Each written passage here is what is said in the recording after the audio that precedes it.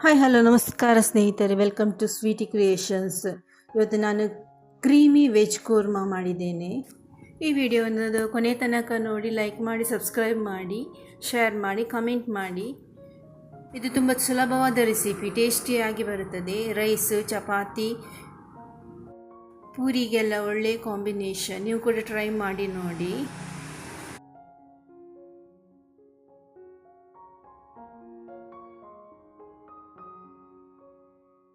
Creamy veg korma ಹೇಗೆ ಮಾಡಿದ್ದೇನೆಂದು ಬನ್ನಿ ನೋಡಿ.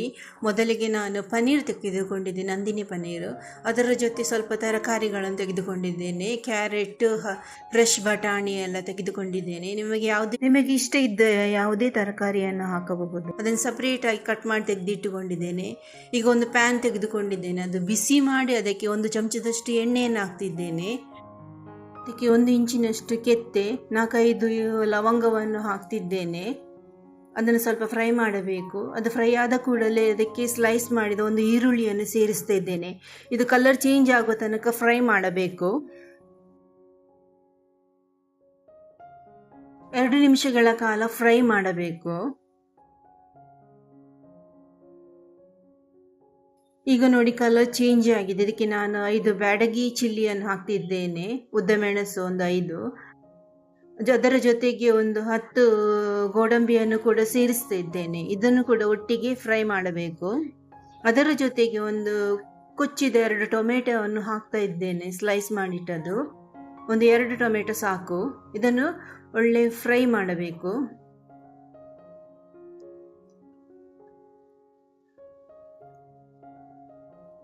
ನೋಡಿ, ಫ್ರೈ ಆಗಿದೆ.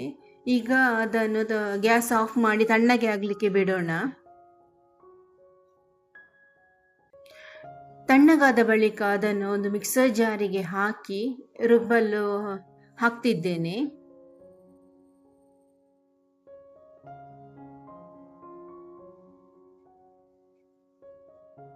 ಈಗ ನಾನು ಅದಕ್ಕೆ 4 ದೊಡ್ಡ ಚಮಚದಷ್ಟು ಮೊಸರನ್ನು ಕೂಡ ಸೇರಿಸ್ತಾ ಇದ್ದೇನೆ.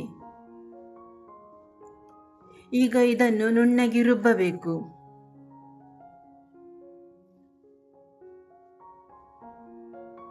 ನೋಡಿ, ರುಬ್ಬಿ ಆಯಿತು. ಇದನ್ನು ಪಕ್ಕಕ್ಕೆ ತೆಗೆದಿಟ್ಟುಕೊಳ್ಳೋಣ. ಈಗ ಒಂದು ಪ್ಯಾನ್ ತೆಗೆದುಕೊಂಡಿದ್ದೇನೆ. ಅದಕ್ಕೆ 1 ಚಮಚದಷ್ಟು ಎಣ್ಣೆಯನ್ನು ಹಾಕ್ತಿದ್ದೇನೆ.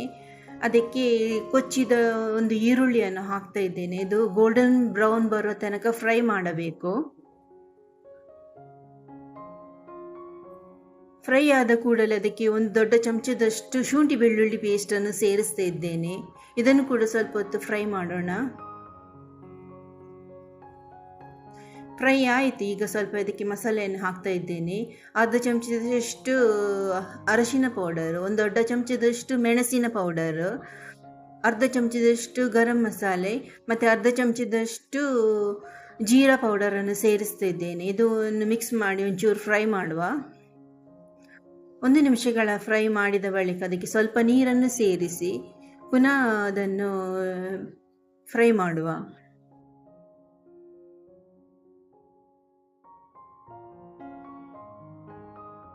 ಸ್ವಲ್ಪ ನೀರು ಸೇರಿಸಿದ ಬಳಿಕ ಅದನ್ನು 1 ನಿಮಿಷ ಮಿಕ್ಸ್ ಮಾಡೋಣ.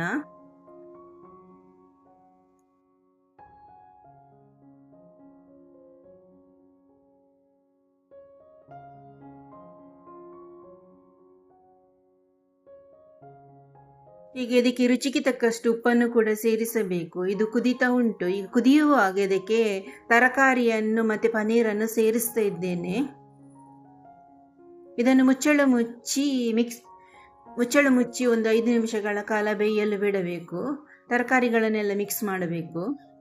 ಈಗ ಅದನ್ನು ಬೇಯಲು ಬಿಡೋಣ. 5 ನಿಮಿಷ ಆಯಿತು. ಈಗ ತರಕಾರಿ ಎಲ್ಲ ಬೆಂದಿದೆ. ಈಗ ಅದಕ್ಕೆ ರುಬ್ಬಿಟ್ಟ ಮಸಾಲೆಯನ್ನು ಸೇರಿಸಬೇಕು.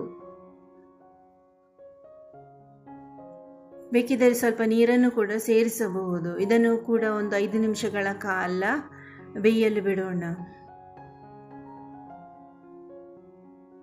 ಮುಚ್ಚಳ ಮುಚ್ಚಿ 5 ನಿಮಿಷಗಳ ಕಾಲ ಬೇಯಿಸಿದರೆ ಸಾಕು. 5 ನಿಮಿಷ ಆಯಿತು. ತರಕಾರಿ ಮತ್ತು ಮಸಾಲೆ ಎಲ್ಲ ಒಟ್ಟಿಗೆ ಕುದಿಯುತ್ತಾ ಉಂಟು. ಈಗ ಅದಕ್ಕೆ ಸ್ವಲ್ಪ ಕೊತ್ತಂಬರಿ ಸೊಪ್ಪನ್ನು ಸೇರಿಸೋಣ. ಈಗ ನೋಡಿ ತಯಾರಾಗಿದೆ ನಮ್ಮ ಕ್ರೀಮಿ ವೆಜ್ ಕೂರ್ಮಾ. ಈ ವಿಡಿಯೋ ಇಷ್ಟವಾದಲ್ಲಿ ಲೈಕ್ ಮಾಡಿ, ಸಬ್ಸ್ಕ್ರೈಬ್ ಮಾಡಿ. Thank you so much. ಮತ್ತೆ ಹೊಸ ರೆಸಿಪಿಯೊಂದಿಗೆ ಸಿಗೋಣ. ನಿಮ್ಮ ಸಪೋರ್ಟ್ ಯಾವಾಗಲೂ ಸ್ವೀಟಿ ಕ್ರಿಯೇಷನ್ಸ್ ಜೊತೆ ಇರಲಿ. ಧನ್ಯವಾದಗಳು. ಈ ರೆಸಿಪಿಯನ್ನು ನೀವು ಕೂಡ ಟ್ರೈ ಮಾಡಿ ನೋಡಿ. ಇಷ್ಟವಾದಲ್ಲಿ ಲೈಕ್ ಮಾಡಿ, ಸಬ್ಸ್ಕ್ರೈಬ್ ಮಾಡಿ. Thank you so much.